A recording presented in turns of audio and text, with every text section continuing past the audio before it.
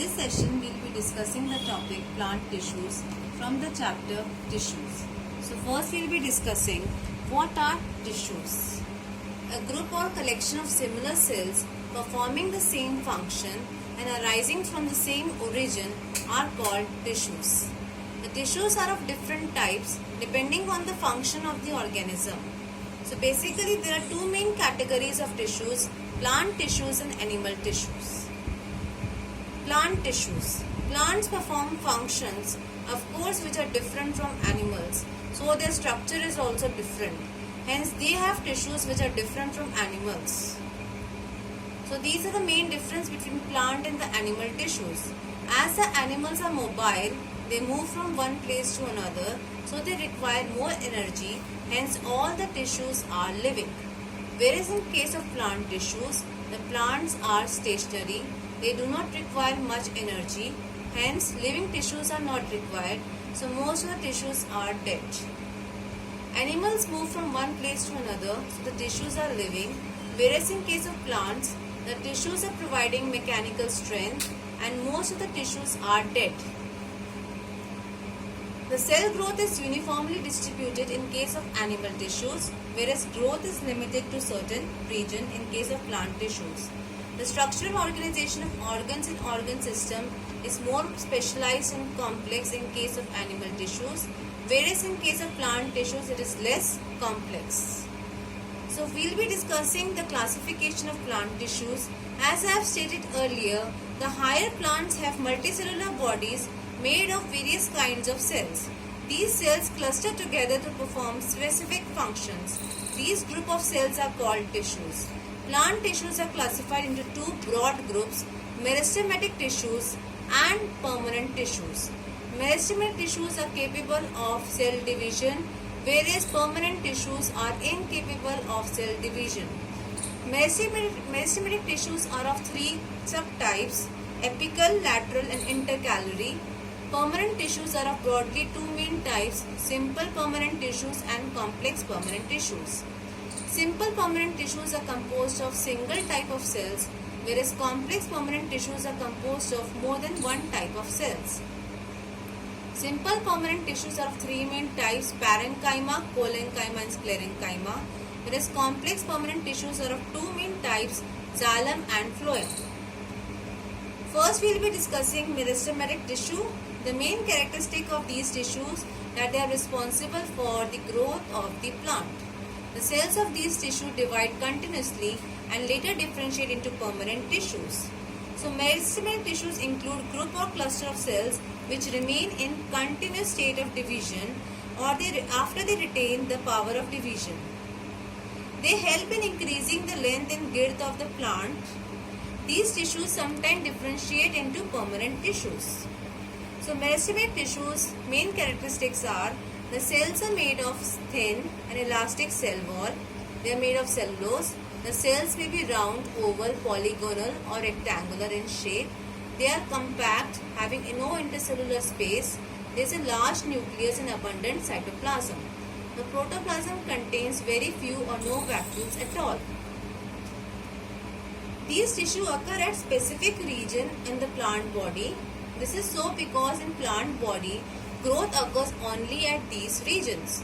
Hence, on the basis of this, there are three types of meristematic tissue, apical meristem, intercalary and lateral meristem. So first we will be discussing apical meristem. Apical meristem, as the name suggests, this tissue is present at the apex of the main and the lateral shoot and the root region. This tissue is giving the plant a linear growth. Lateral meristem lies on the sides of the plant body and this is the lateral meristem. It lies on the side of the plant body. It lies on the bark of the plant in form of cork cambium.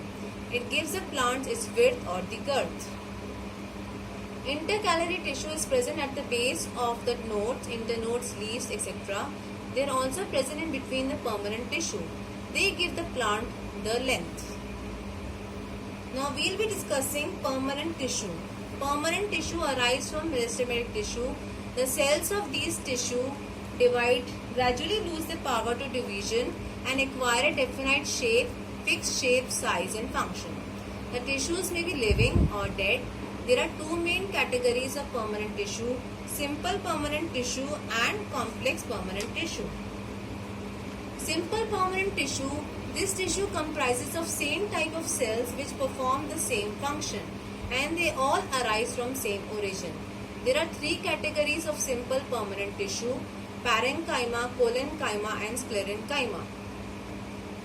You can see in this diagrammatic representation, parenchyma have intercellular spaces, whereas collenchyma consists of simple pit pair, and in case of sclerenchyma, which are the dead tissue, they consist of wall thickenings. So there is a secondary wall thickening in addition to the primary wall in case of sclerenchyma. So we will be discussing each type of simple permanent tissue. First, parenchyma. The main characteristics of parenchyma are: the cells are living, the cells are thin-walled, there may be or may not be intercellular spaces, they are the most unspecialized cells, no depositions are seen, the cell walls consist of only of cellulose. There is a prominent nucleus, cytoplasm and vacuole. So they are widely distributed in the plants. They are distributed in root, stem, leaf, flowers and fruits. They constitute the major vegetative ground tissue. There are some special types of parenchyma tissue: storage parenchyma, which are to store the nutrients and water; erenchyma, the second type, which consists of air cavities, which provides buoyancy to the aquatic plants so that they can float on the water surface; Chlorenchyma, they consist of chlorophyll, hence they help in performing the function of photosynthesis. Parenchyma is found in all parts of plant body, and remember, it forms a ground tissue in leaf, stem, roots and fruits. The main function of parenchyma is to store the materials such as starch, proteins, hormones and waste products such as gum, tan and resin. Parenchyma cells also perform the metabolic activities of the plant. They form the packaging tissue between the specialized tissue. It provides turgidity, mechanical strength. Chlorenchyma helps in performing photosynthesis. Now we will be discussing collenchyma. Collenchyma is a living tissue of primary body like parenchyma. The cells are thin-walled. They occur chiefly below the epidermis in the leaf stalks, leaf midribs and herbaceous dicot stems. Collenchyma is absent in monocot and in roots.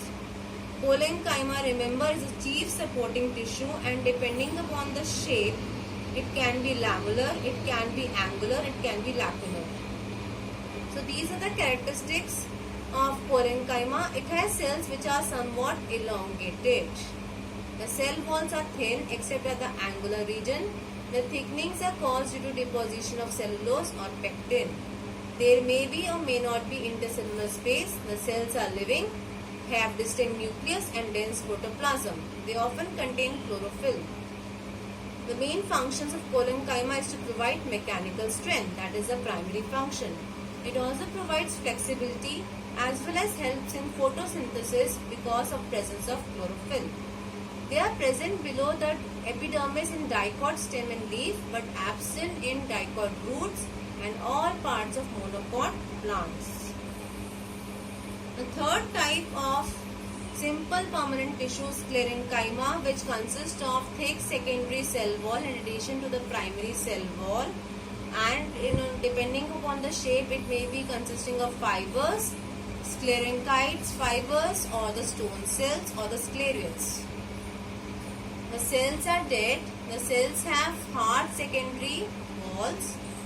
The lignin deposition is present on cell wall. Cells are empty and have narrow lumen. These tissue provides mechanical strength to the plant. They also provide protective covering around the seeds and the nuts. The cells of sclerenchyma can be divided into two main groups: fibers and scleroids. Fibers consist of long elongated sclerenchymatous cells with pointed ends, whereas scleroids consist of short and extremely thin lamellated lignified walls with long tubular simple pits called scleroids. Now we will be discussing briefly the structure of epidermis and its function. Epidermis, as you know, it consists of layer of cells covering the entire surface of entire plant, so that it acts as a barrier to the microorganisms. The layer is thin in case of epidermis and is transparent, because of which it allows the light to pass through for the photosynthesis in the tissues. Below, epidermal tissues have tiny hairs projecting from the surface of epidermis. Trichomes are also abundant in some plant leaves. Trichomes' presence helps in trapping the water to prevent the water loss.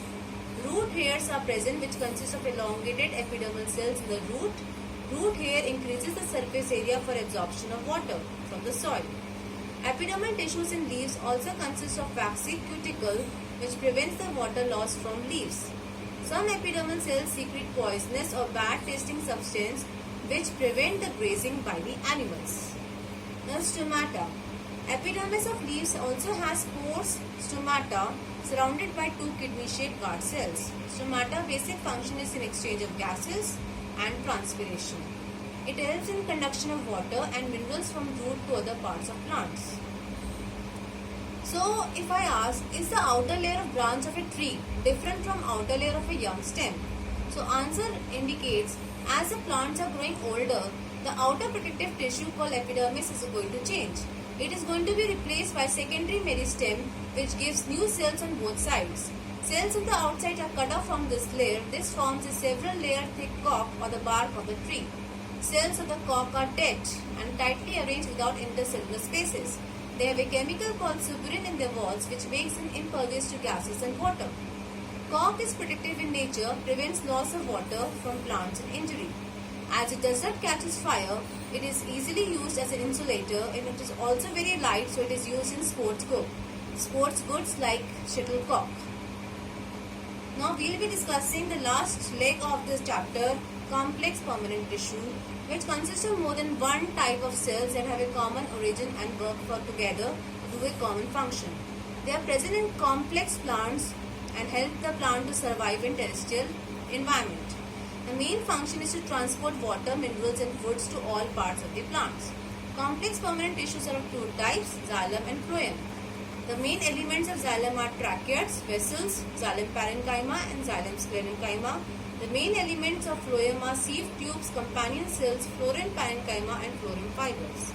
Both the conducting tissues are called vascular tissue and they together form the vascular bundle.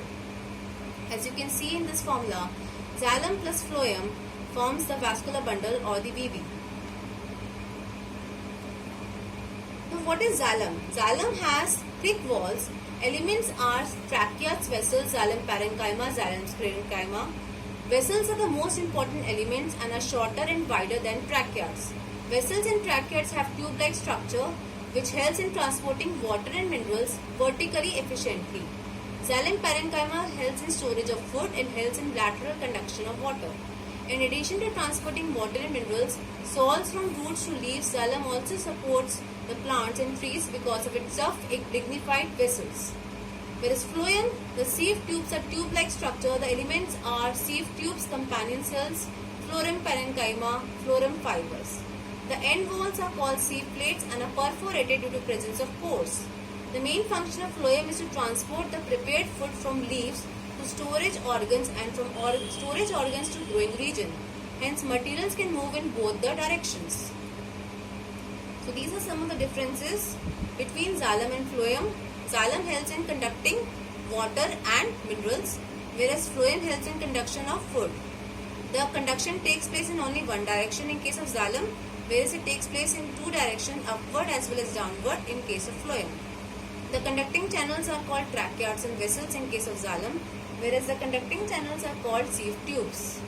Only xylem parenchyma is living, whereas all the other elements are dead. All the elements are living in case of phloem, whereas only phloem fibers are dead.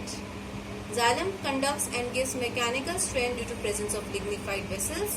Phloem conducts the conduction of food but gives no mechanical strength to the plant. Thank you. I hope you enjoyed the session.